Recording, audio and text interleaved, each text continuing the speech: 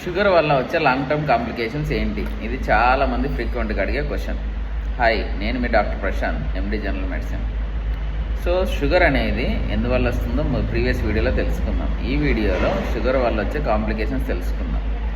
So sugar అనేది ఎక్కువ రోజులు కంట్రోల్లో లేకపోతే ఇది అనేది ఏం చేస్తుంది అంటే కొలెస్ట్రాల్ అనేది ఎక్కువ అక్యుములేట్ అయిపోవడానికి సహాయపడుతుంది అనమాట. సో కొలెస్ట్రాల్ అనేది యూజువల్గా లివర్లో అక్యుములేట్ అయిపోతుంది, ఎక్సెస్ కొలెస్ట్రాల్ అనేది. సో అలా కాకుండా షుగర్ కంట్రోల్ లేకపోవడం వల్ల ఈ కొలెస్ట్రాల్ అనేది బ్లడ్ వెజల్స్లో అంటే రక్తనాళాల్లో అక్యుములేట్ అయిపోతుంది.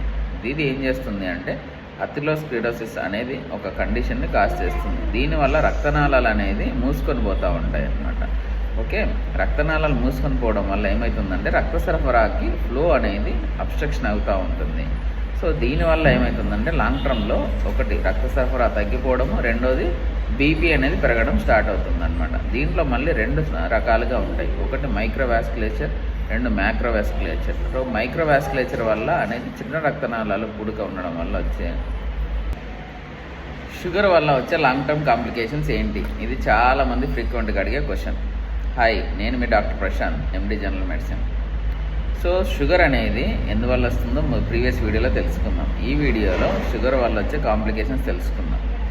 సో షుగర్ అనేది ఎక్కువ రోజులు కంట్రోల్లో లేకపోతే ఇది అనేది ఏం చేస్తుంది అంటే కొలెస్ట్రాల్ అనేది ఎక్కువ అక్యుములేట్ అయిపోవడానికి సహాయపడుతుంది అనమాట. సో కొలెస్ట్రాల్ అనేది యూజువల్గా లివర్లో అక్యుములేట్ అయిపోతుంది, ఎక్సెస్ కొలెస్ట్రాల్ అనేది. సో అలా కాకుండా షుగర్ కంట్రోల్ లేకపోవడం వల్ల ఈ కొలెస్ట్రాల్ అనేది బ్లడ్ వెజల్స్లో అంటే రక్తనాళాల్లో అక్యుములేట్ అయిపోతుంది.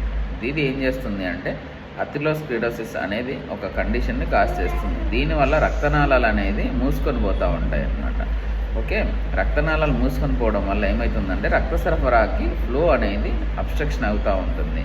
సో దీనివల్ల ఏమవుతుందంటే లాంగ్ టర్మ్లో ఒకటి రక్త సరఫరా తగ్గిపోవడము, రెండోది బీపీ అనేది పెరగడం స్టార్ట్ అవుతుంది అనమాట. దీంట్లో మళ్ళీ రెండు రకాలుగా ఉంటాయి. ఒకటి మైక్రోవాస్కులేచర్, రెండు మ్యాక్రోవాస్కులేచర్. సో మైక్రోవాస్కులేచర్ వల్ల అనేది చిన్న రక్తనాళాలు పూడిక ఉండడం వల్ల వచ్చే